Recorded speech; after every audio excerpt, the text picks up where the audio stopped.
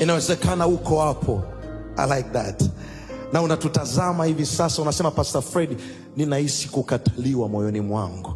Nataka tu nikwambie, Mungu ni pendo, apenda watu.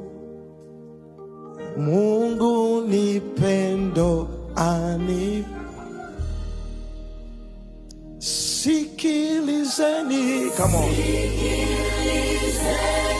Furaha yangu, Mungu ni pendo, ananipenda,